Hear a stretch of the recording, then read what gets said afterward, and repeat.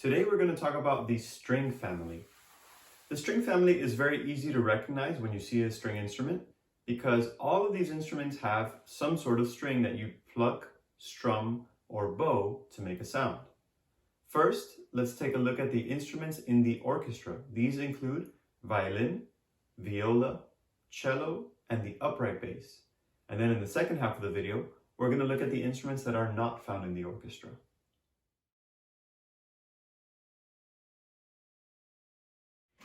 Hey Matthew, can you tell us the difference between the violin and the viola and how they're similar?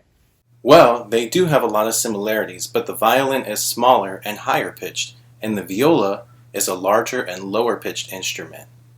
You can see when I hold them up side by side that the violin is smaller than the viola. Because of this, they play different music and serve a different purpose in the orchestra. Cool! Can you show us the difference in sound between them? Even though the violin and viola are different instruments, we can play similar things on each instrument. Here is a G major scale on the violin.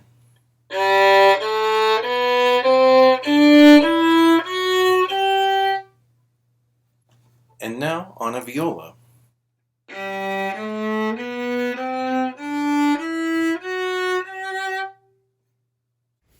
Can you show us the different ways to make a sound on the violin and the viola? Sure thing. Like the other string instruments, you make a sound by either strumming, plucking, or bowing. On the orchestral instruments, plucking has a different name. We call it pizzicato. What we do is we pull on the string with one finger while holding the bow with the other fingers.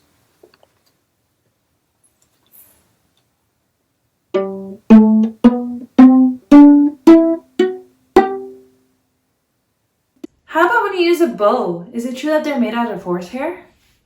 That actually is true. When the horses get a haircut, the leftover hair is used as part of the bow.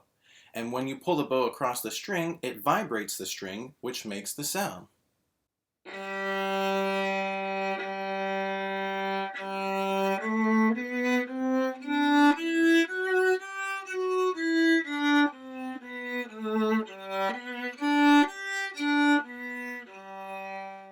That's awesome. Can you play some music on the violin so that we know what it sounds like? Here's an example of what a violin sounds like.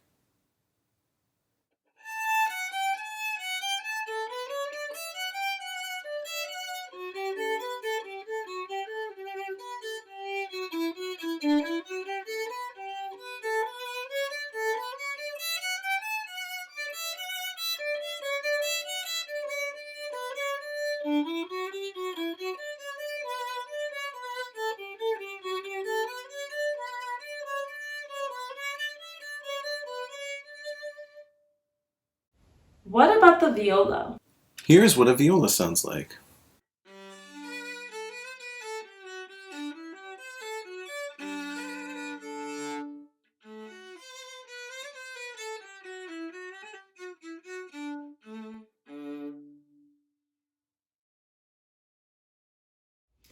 Next, we have Stephanie with the cello. Can you please show us your instrument and talk to us a bit about it? Hi there, here's my cello. It's a lot larger than the violin and viola, and because of that, it can play a lot lower too. And because it's so big, I actually can't play it against my neck like the violin and violas, which is why it sits on the floor between my legs. Alright, so here's the range of the cello. In your experience, where else can you find the cello? Good question. So cellos are not only found in orchestras, though you do see a lot of cellos in orchestras. Nowadays you can see cellists doing many other things. You can see solo cellists, you can see chamber music, and you can see cellos nowadays playing a lot of rock, pop, and jazz, which wasn't so common back in the day. So I myself play with a pianist our group is called Strings Attached, and we play a lot of rock, pop, and jazz music, which is pretty fun. And recently I played in the Super Bowl of Shakira, which was also loads of fun. So yeah, cellos can do orchestra, but they can also do a ton of other stuff. Can you play for us a well-known classical piece and a popular song?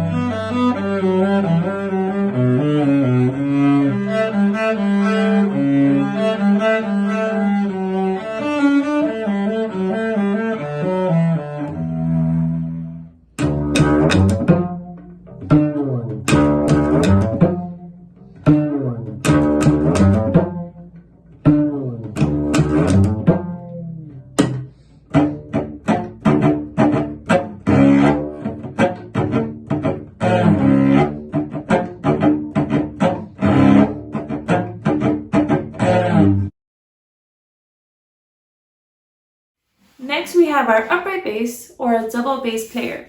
Can you please introduce yourself and talk a little bit about the bass? Hi, I'm George and I play bass. Right now I'm holding the double bass, which is the lowest instrument in the string family and also the largest. The double bass is almost 6 feet tall. Although the double bass is popular in orchestras, they're also very popular in other music genres. George, can you tell us what other genres are played with the double bass? The double bass is very popular in jazz as well as Latin music. Can you show us one of the ways to make a sound on the bass?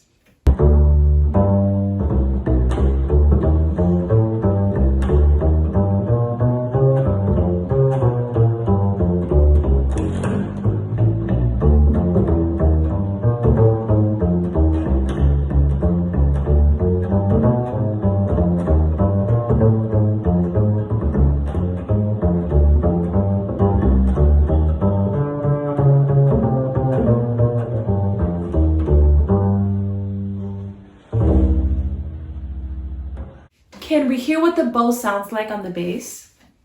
Sure.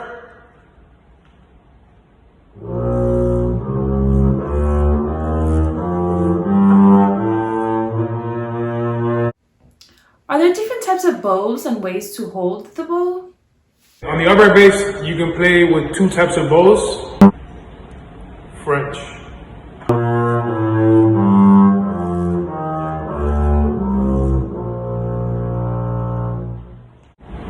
German.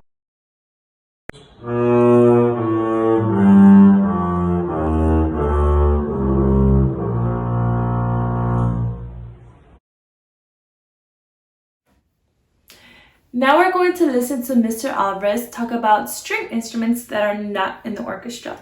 Coincidentally, all of the string instruments that he's going to talk about has something called frets, unlike the orchestra instruments. These frets help the player know where to put the fingers. Take it away. Probably the easiest of the string instruments to recognize, the guitar. Electric or acoustic guitars both have 6 strings compared to the other instruments' 4 strings, and they're tuned a little bit higher as well. The electric instrument is solid, notice that there's no hole on the inside, and the acoustic version is hollow on the inside. That means it's a little bit wider and there's some space for the air to vibrate.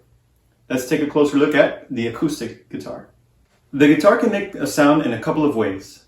Usually people use a plectrum or a pick to hit the strings, and this way you can strum and hit all 6 strings at the same time.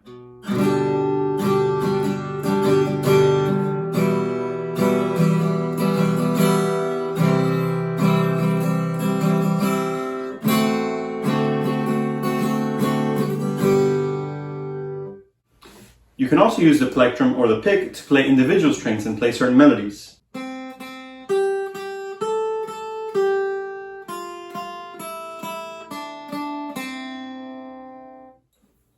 The guitar has 6 strings from lowest to highest, and it's used a lot in popular music, playing along to singers like Post Malone or Billie Eilish, to classic rock like in Queen or even the Beatles.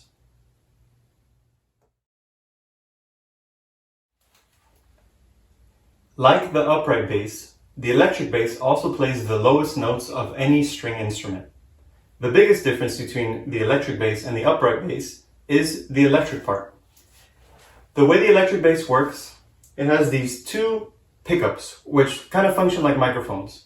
So you play this instrument, you play the string, and that string vibrates over the pickup. And there's a magnet inside that kind of picks up that motion, and it sends it through this cable into the amplifier.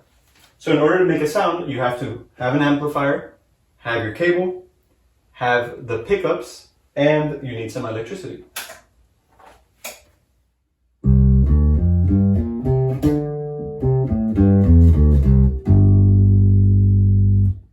One of the benefits of the electric bass over the upright bass is that if you needed it to be louder, you can raise the volume on the amplifier. If you want it to be softer, you can lower the volume on the amplifier. Some differences between the 2 instruments is that you can play this one with your fingers, pizzicato on the upright bass, or just plucking in this case. You can slap the instrument where you take your thumb and you just kind of hit the strings. And you can pop, which is where you take your index finger and you pull against the string.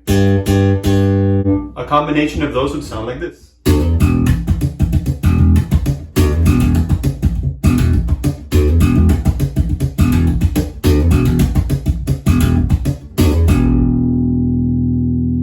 And that's the electric bass. Next up we have the banjo. Like the guitar, bass, and ukulele, the banjo has frets, which are these markers where you put your fingers. Unlike those instruments, however, the banjo is the only one that has an odd number of strings. 1, 2, 3, 4, 5. And this string is actually the highest pitched string on the banjo. The banjo does not have a sound hole like the ukulele or the acoustic guitar, or like any of the orchestra instruments for that matter. It doesn't have a hole where the sound comes out of. Instead, what it has are these little holes all around the instrument. And I'm sure you're wondering, why is that instrument round and white? Why isn't it wood color like all the other ones? That's because the body of the banjo is actually made out of a drum. And that helps the instrument get its distinct sound. Let me play you a little example of what the banjo sounds like.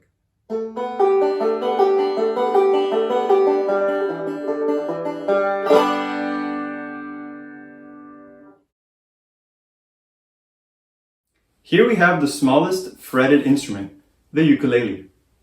A lot of people think the ukulele was invented in Hawaii when it was actually invented in Portugal and brought to Hawaii. The Hawaiians made it popular in their music, however. The ukulele is used in popular music as well as Hawaiian music, and it became really popular relatively recently for 3 big reasons. It's small, so it's easy to move around, it's very portable. It's very easy to learn, and compared to the other instruments, it's pretty cheap. A lot of times people use the ukulele to play chords, to play along with music, and you can even adapt popular songs to play on the ukulele. Here are some chords and some strumming on the ukulele.